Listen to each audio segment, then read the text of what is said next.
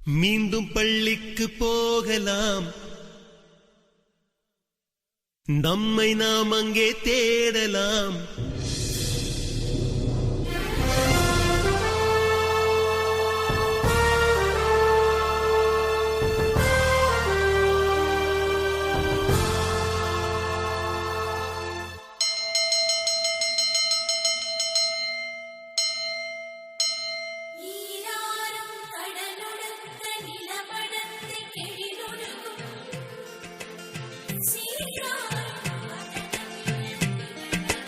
மீண்டும் பள்ளிக்கு போகலாம், நம்மை நாம் அங்கே தேடலாம். ஸ்லேட்டு குச்சி கடன் வாங்கலாம், ஸ்லேட்டில் பேர் எழுதி பார்க்கலாம். கொட்டு வச்ச வாத்தியாரை தொட்டு வணங்கலாம், முட்டி போட்டு நின்ன இடத்தை முத்தம் கொடுக்கலாம்.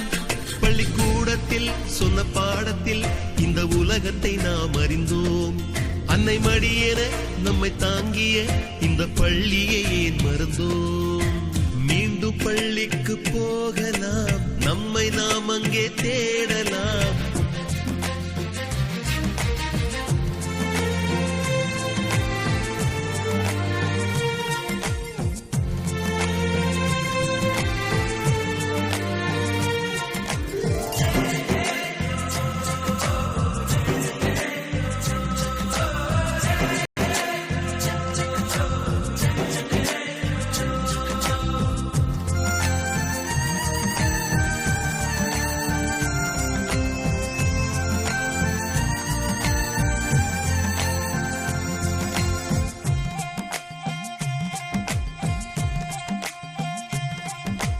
உயிரும் உடலும் கருவறைக்குள்ளே உற்பத்தியாகிறது. உறவு நட்பு காதலை பள்ளி சொல்லித் தருகிறது.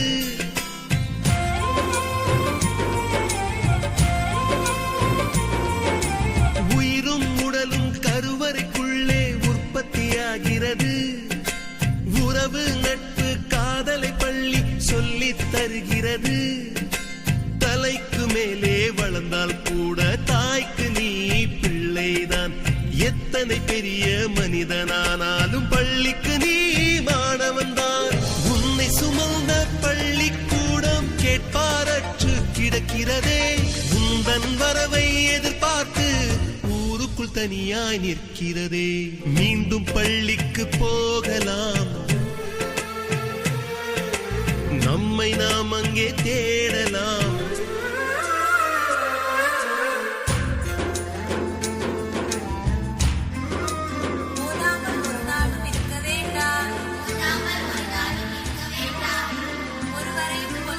சொல்ல வேண்டாம், மாதாவை ஒரு நாளும் மறக்க வேண்டாம். வஞ்சனைகள் செய்வாரோடு இணங்க வேண்டாம்.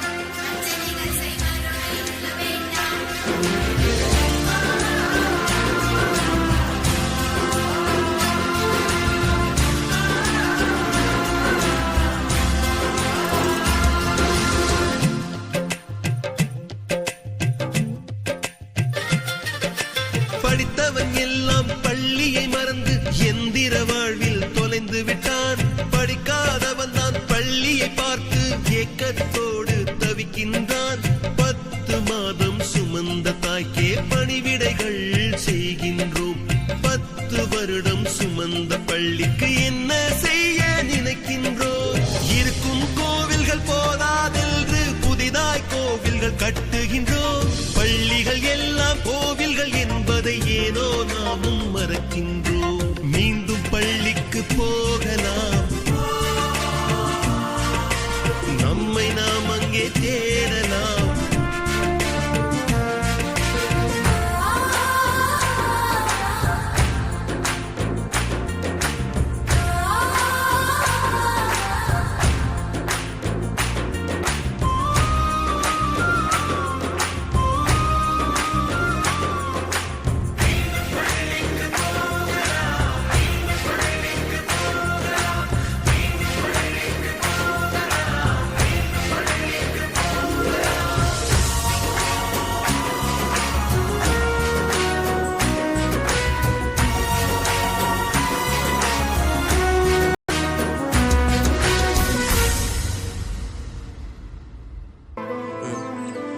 நமது நினைவுகளை இந்த பள்ளிக்கூடம் இன்னும் சுமந்து கொண்டுதான் இருக்கிறது.